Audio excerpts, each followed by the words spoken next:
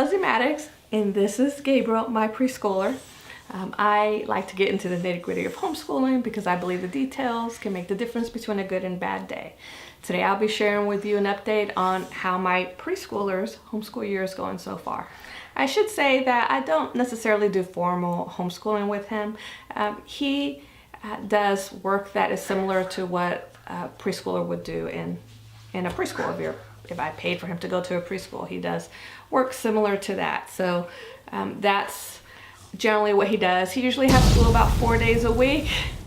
Usually Fridays, he doesn't have anything. Sometimes it's 3 days a week, it depends. He's always welcome to schoolroom, of course, doing as long as he's respectful and quiet so his brothers can get work done and so that we can hear ourselves talk. So as long as he's respectful and quiet, he can join us in the schoolroom. Okay, baby, come here, back up. Bye. Back up.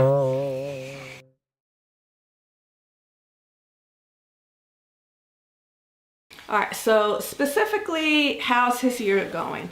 The biggest change so far has been that he has started reading. I started off the school year with him just doing some phonics worksheets, and I was hoping that by the end of the year he'd be blending sounds, and I didn't want to rush it. He actually learned all of his letters, uppercase and lowercase, before he was even 2, but then letter sounds seemed to come a little bit slower for him. I didn't focus on it. I just worked with him a little bit on letter sounds, but it still seemed to be a little bit slower going, and there were a couple sounds that he still had hiccups with, he still had struggled with at the end of the school year. So I didn't want to rush it. I wasn't going to push him to start reading early. But he started asking, when do I get to start reading? Okay, baby. Shh. But he did start asking when he was going to get to start reading. And I just kind of put him off because I didn't want to rush it. But he listened in on a spelling lesson with my first grader when I was doing an all about spelling lesson with him one day. And later on the day he came to me and spelled a bunch of words for me. So I thought, maybe he's ready to start reading. So I said, let's go ahead and get started on reading. I pulled our kindergarten Hooked on Phonics workbook, the first one. And he started, he did great.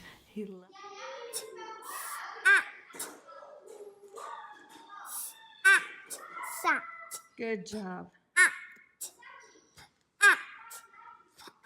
What word is that? Pat. Good job. Good job.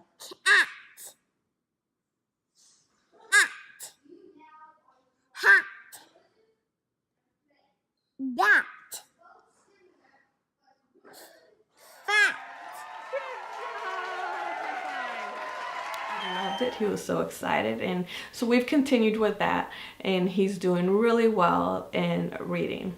And that's also a big lesson I've learned with him this year, not to underestimate him.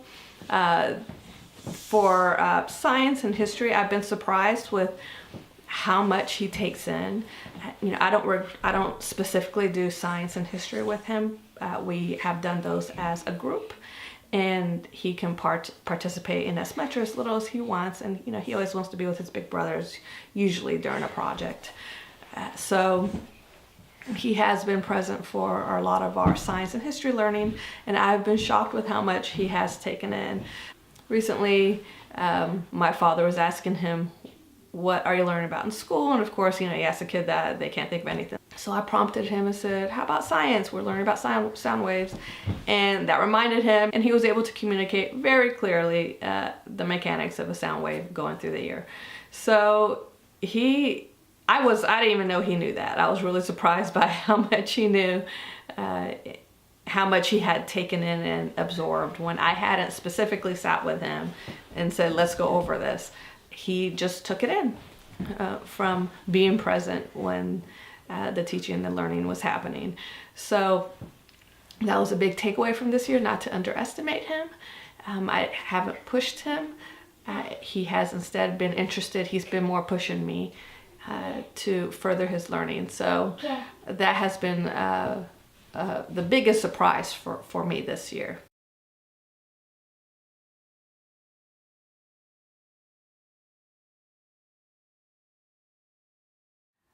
The biggest relief for him for the school year has been his pencil grip.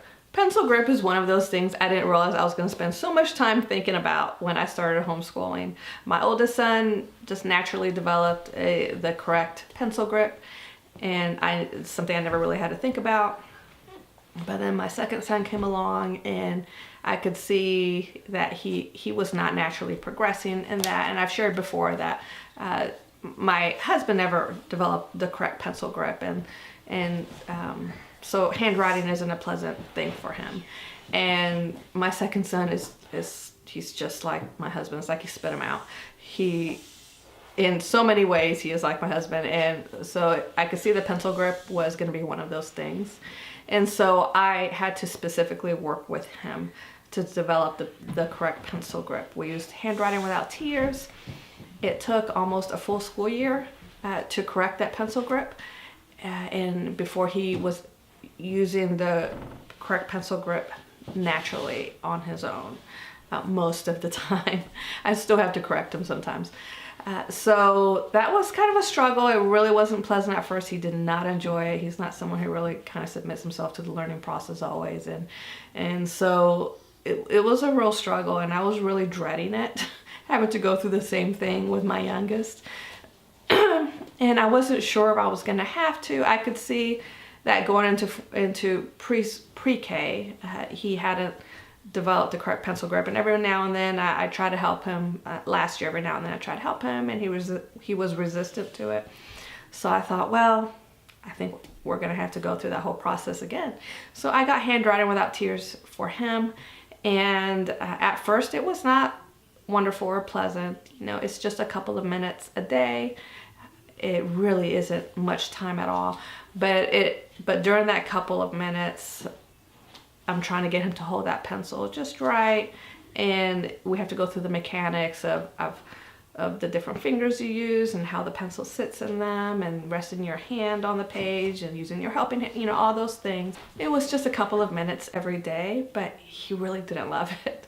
We did there are a lot of fun things. It's a good curriculum because they have songs for you to do and different activities to do. So he did have a lot of fun with it at first, but whenever we had to sit down with that crayon and hold it just right, he didn't love it. But it really wasn't long before he became a little bit acclimated to it, and now he does. When he picks up a pencil or a crayon, he generally holds it with a correct grip. And so now that he knows how to do that, he is much more interested in trying to write out words and drawing, and he makes little drawings for me. He's super cute, and drawing little hearts, and draws mommy in the corner. It's really cute. He is still working through some things with the mechanics of writing. He still likes to use his whole arm a lot of the time, and so we're working on that.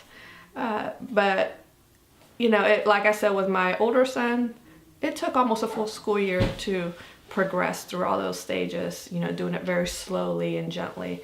And so I was fully prepared for the same with my preschooler, with my current pre-K kid, and going through the whole school year and beyond to get all of those different mechanics working and more natural to him. So that was my biggest relief, that he is progressing through those steps and doesn't struggle with it. He's not bothered by writing anymore or by holding a pencil or a crayon correctly anymore. Well, I hope you enjoyed this little peek into my 4-year-old school year so far. If you're interested in first grade or fourth grade, I have videos detailing the changes we're making and how the school year is going for my 2 older kids. Also, I have videos sharing with you how we're doing in history and how we're changing up science. Also, please check out my website, lesliemaddox.com, where I have some free printables for you that will hopefully help you out in this coming school year and beyond. I will talk to you later. Bye-bye.